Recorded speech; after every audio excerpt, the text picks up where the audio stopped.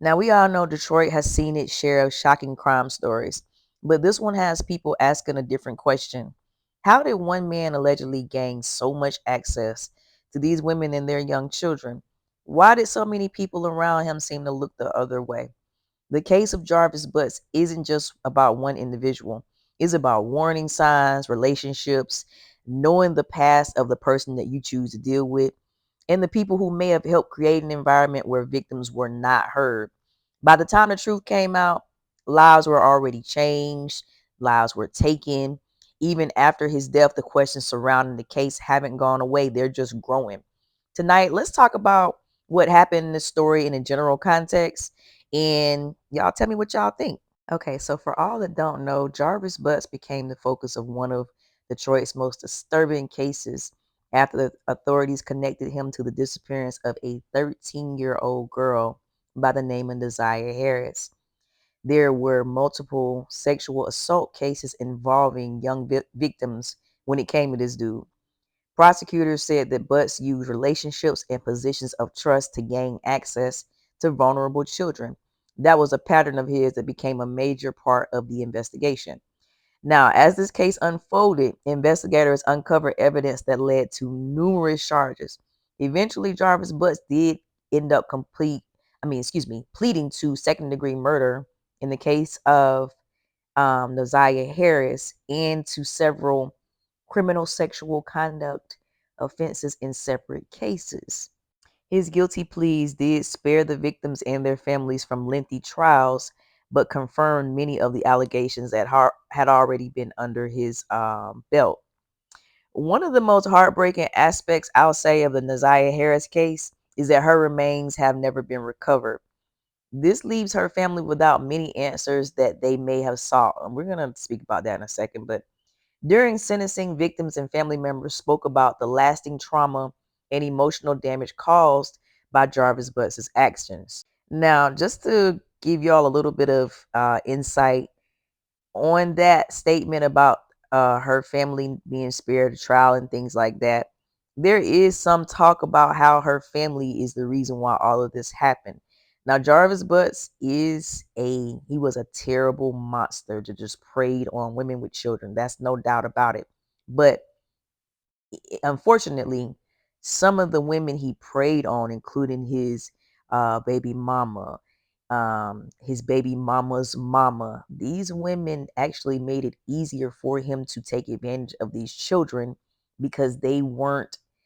I, I don't know if they didn't care or if maybe the baby mom had already started to feel like Jarvis and Nasiah had something going on. Because sometimes when you a woman, you just know things. It doesn't have to be said, Sean. There's just a feeling. So I don't even know if it's that she didn't care or if it's just she just wasn't paying attention, but they definitely gave Jarvis an inch and he took a mile. Not to mention, when you date somebody, ladies, you have to look at their history. A person can claim they've changed and all this and that, but it's still important to know if somebody's been locked up and what they were locked up for. This man already had been in prison before for something similar to this. And when he went to prison and started making phone calls and his business started getting spilled out, then he wanted to talk to these women about what happened. But truth be told, all of the women that he was speaking to, they should have already had this information. And if he didn't tell them, all they had to do was look it up. But I'm pretty sure that's a mistake that none of them will ever make again. So, what do you guys think about this? So, in case I wasn't clear before, Jarvis Butts is a modern day pedo, and he dated women just to get. I'm not even gonna say he dated just to get to their children, but that was obviously a part of his main objective. Not only did he take advantage of and is accused of unaliving Nasiah Harris, he has been accused of trying to assault his own daughter. So when I say sick, he's sick. Like he can't even help it. So now the trash took itself out in this case after the thing went down in the courts and they moved him to a different prison. Jarvis Butts did unalive himself. Um, I'm not gonna hold y'all. I'm a person who doesn't really like to celebrate death. I don't smoke on packs when people die, but I did catch an ounce of excitement when I heard that he was unalive because I don't appreciate what he done to that young girl. And the reason why he unalived her, y'all, is because allegedly she became pregnant. And this is what I'm saying about her aunt and her grandmother.